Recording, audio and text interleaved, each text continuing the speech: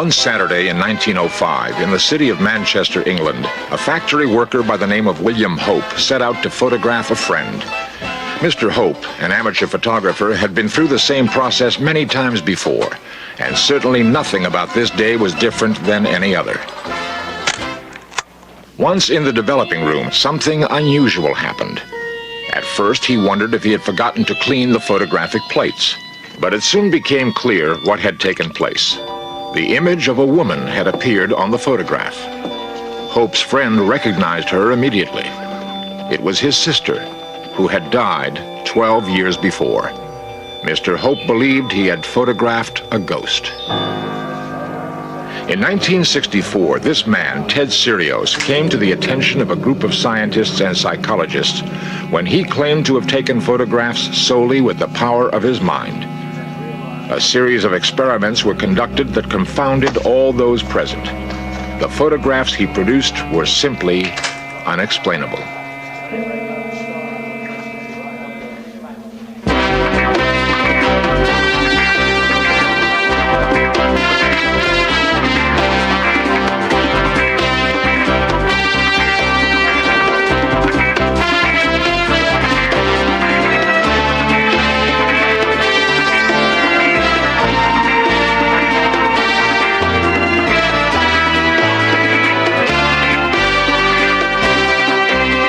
This series presents information based in part on theory and conjecture. The producer's purpose is to suggest some possible explanations, but not necessarily the only ones, to the mysteries we will examine. In 1874, Sir William Crookes, a scientist and member of the London Psychical Society, was investigating the spiritual medium Florence Cook. It was said that Miss Cook would enter a cabinet and materialize a spirit named Katie King.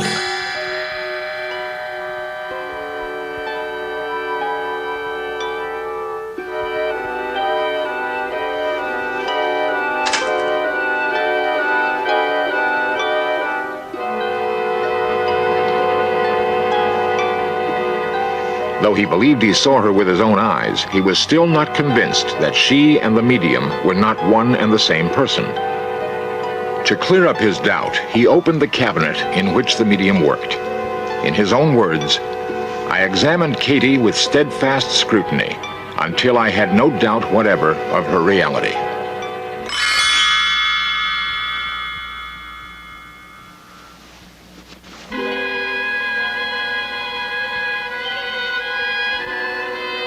Vernon Miller is a photographic expert from the Brooks Institute of Photography. In photography, light is reflected from or absorbed by the subject in the photograph, focused through a lens, and recorded on a light-sensitive material, film, plates, emulsion. The film is light-sensitive, so any energy, any electromagnetic energy can affect the film to some extent. So radiation from all of the various ways, X-ray, so forth, can affect the film. So you might not necessarily see the light that strikes the film. I've seen many examples of accidental ghost photography. I've seen very few, if any, actual examples of the process. Most of the ghost pictures that I've seen are examples of double exposure techniques, where one image was recorded against a dark background, and that image superimposed on a normally lit scene so that you can see the brighter image against the normal scene. This particular picture seems to be quite a production. This is not accidental. The photographer wanted to achieve this effect. There are a few clues. The ghost image is quite bright against a darker background, indicating that he was illuminated some way that would show him against that. We can see 2 or 3 images of the hand as it goes up the banister. Many times there are other clues. The ghost scene will be lit artificially with a directional light, as in this crucifixion scene. It appears that these are miniatures that were lit artificially, and then the combined scene was done in daylight under a different light condition. Ever since the first photograph was taken in 1826, no images have been more surprising or more controversial than those reported to be ghost photographs. Experts will continue to disagree on a phenomenon that theoretically records the presence of entities that are invisible to the naked eye. Attempts to cross the thin line between life and death have occupied man's mind for centuries. Perhaps photography, recording the subtleties of light and energy, can provide a glimpse into the other realm. William Hope, Sir William Crookes, and others were convinced this is so.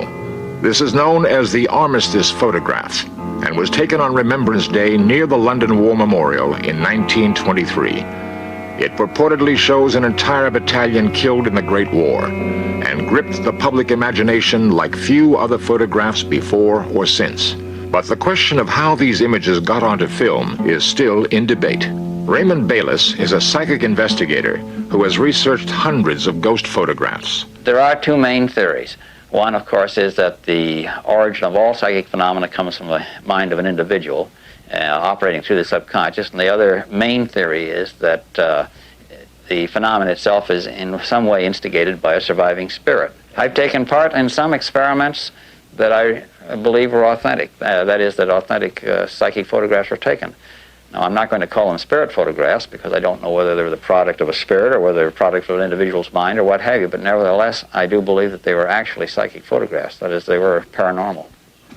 This is ordinary Polaroid film, 4 by 5 inches film, and it comes in a light-tight envelope. It can be utilized into any number of normal cameras by inserting it into a holder, a film holder. Okay, we insert the film in the back of the camera, and from this standpoint on, it is just like ordinary wet process photography. And I'll snap this picture and make a little demonstration for you. Now, in wet process conventional photography, there's a step in the darkroom where the film is processed and the picture finally printed. And Polaroid or instant photography has the advantage of having all of this done in front of you, so there's no chance for manipulation of the image other than right here before your eyes. So in a few seconds we can open this envelope up and examine the photograph that we just made. And here we have the image that we just photographed just now and a ghost-like image of another face that was made prior to the exposure just at this time. I'm familiar enough with this process that I would look at any image with a great deal of skepticism. Many times scientists go into experimenters with blinders on. That is, they have become so biased due to prevailing views, customs of thought, so forth, that they're no longer capable of actually examining an experiment.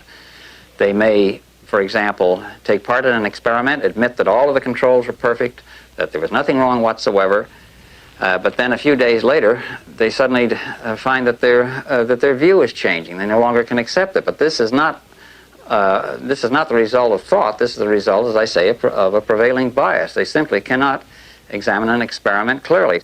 There have been spirit photographers that have produced real psychic photographs, and in my opinion, and they have also resorted to fraud.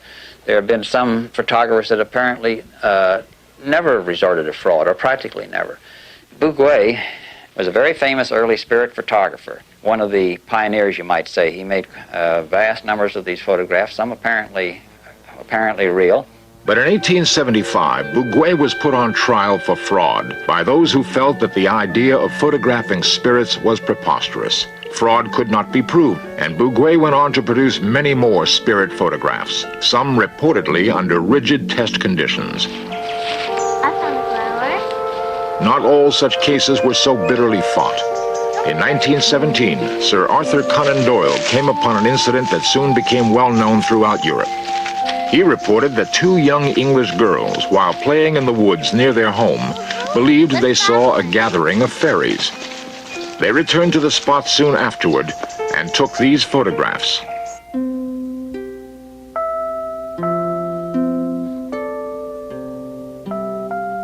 Skeptics pointed out the suspicious resemblance to several drawings done by Claude Shepperson to illustrate a poem entitled A Spell for a Fairy. Episodes such as this tended to cast doubts on spirit photography.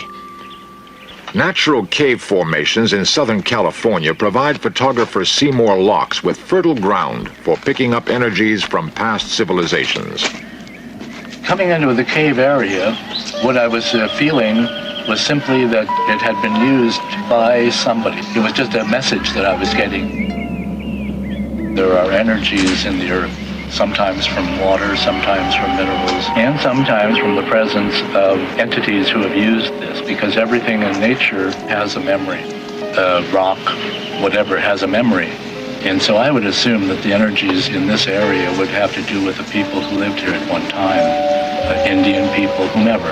But it has that kind of aura about it. But I would assume whenever I work that there are entities around, because my supposition is that I'm assisted on the other side by people who create the imagery. He believes that his photographs provide evidence of unseen entities.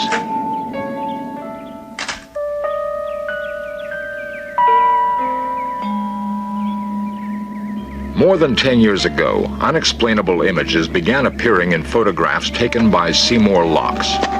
After much investigation, he has concluded that he has mysterious assistants, and the strange glow apparent in many of his pictures is energy from unseen entities. This is really a beautiful configuration, and it's reminiscent of the opening to the sky that you would find in the mythologies of the American Indian. A psychometrist can hold an object and pick up images, sometimes vibrations, etc. A dowser can walk over a landscape and tell where the water or the mineral. Psychic photography, the ability to pick up an image, is comparable to picking up a clairvoyant image. You're simply using another medium.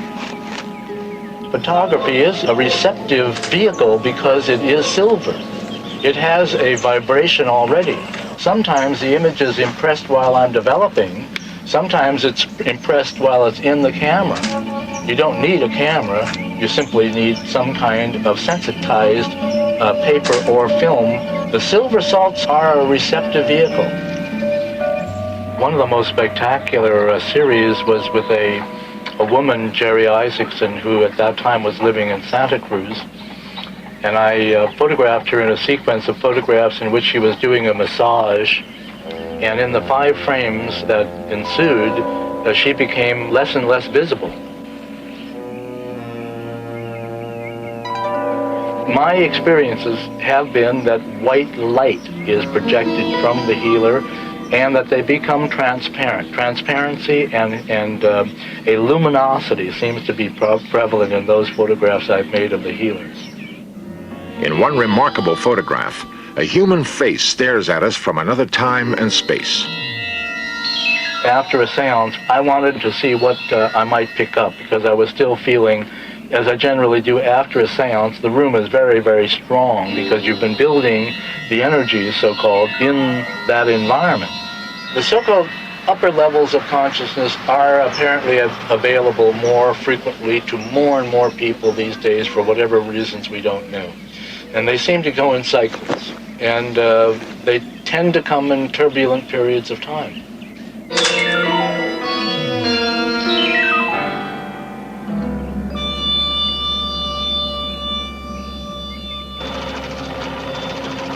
Perhaps we are still evolving. It seems very possible that the brain, even now, has capabilities which are still untapped. Dr. Michael Graves is a neurologist in Los Angeles and is keenly aware of the bewildering complexity of the mind. How the brain actually works when we do something as simple as think or say a sentence is something that we know really very little about. As clinical neurologists, we know that certain parts of the brain can be destroyed and the individual doesn't suffer. So there are parts of the brain with no obvious, easily identifiable function, but I believe that there must be some function for all parts of the brain. Modern brain scans actually give you a picture that looks as if someone's head has been sliced into serial sections, just as like a loaf of bread is cut. This is a cross-section of the patient's brain. The intensity of the color indicates the intensity of metabolism of the brain tissue. For example, here we see a red area in the temporal lobe of the brain. That's the part of the brain which is metabolizing or using energy the most intensely. Other areas are yellow or even blue. They are using energy less intensely. This technique could tell us what part of the brain is most intensely operating during any mental function, including telekinesis or any psychic phenomenon.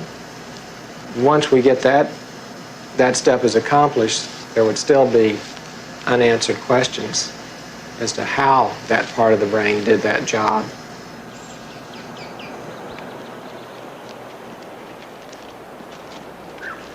In Waterville, Maine, the Veilleur family has confounded skeptics with their ability to capture ghost images on film. For 15 years, they have explored the natural hunting grounds of ghosts and have taken photographs that raise questions about man's true nature and the limits of our physical reality. Their odyssey began with a simple parlor game, which evolved into a dialogue with an entity that became their spirit guide. Richard Veilleur records the sessions. Could you tell us how you passed away? A-C-C-I-D-E.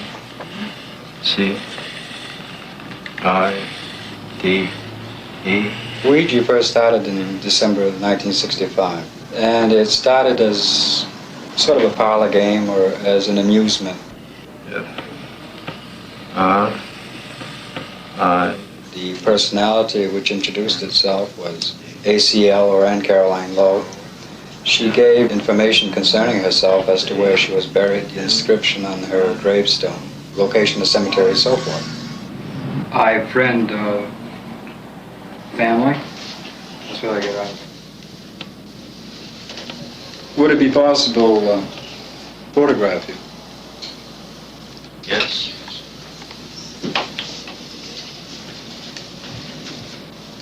They were given the location of Anne Caroline Lowe's gravesite. With some trepidation, they visited the site and took this photograph of their young spirit guide.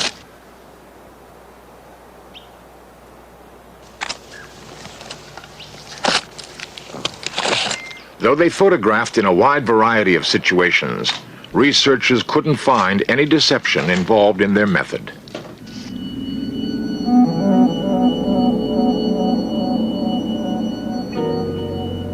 The personal reason to enter parapsychology was to determine the nature of the pictures and of the scripts. Is it possible to communicate with the deceased through Ouija? Is it possible to photograph the dead? Who is communicating? SD. Certain communicators would inform us that there is a return process from their so-called reality to come back into ours in order to communicate. They would have to pass through a tunnel or an alleyway. The opening at the beginning is very wide, and as they come closer to our own reality, it becomes narrower and narrower. They would see us as if steam vapor and water droplets would be falling upon a piece of glass. Thoughtography and psychic photography or spirit photography or paranormal imagery. If you can't see the image, you're using a thoughtographic process. What we have to determine is what intelligence is producing the phenomenon. Is it our own unconscious, or are we actually photographing a deceased, and is that deceased thoughtgraphically impressing its image or another image upon our plate?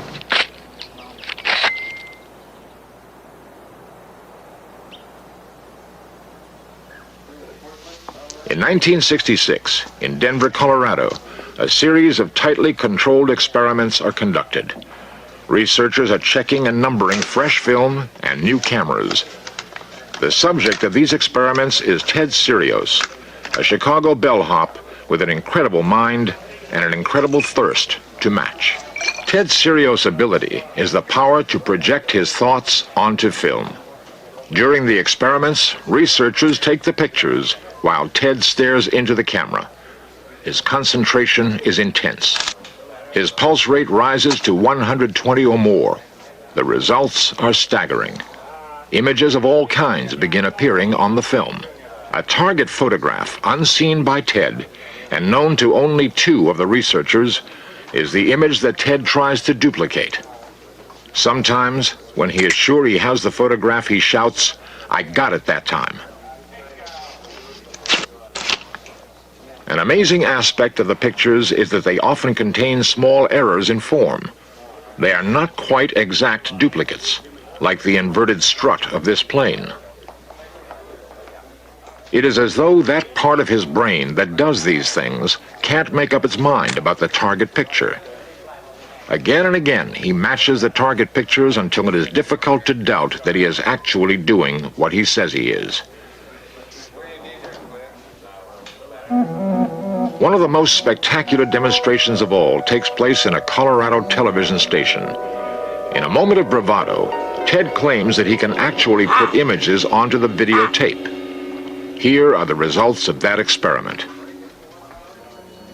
Convention tells us that this should not be possible. But if these images don't come from the mind of Ted Sirios, where do they come from?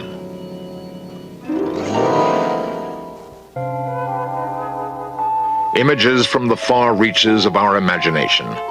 These ghostly faces look at us from behind the veil that hides the mysteries of life and death, and make us wonder about the reality of ghosts.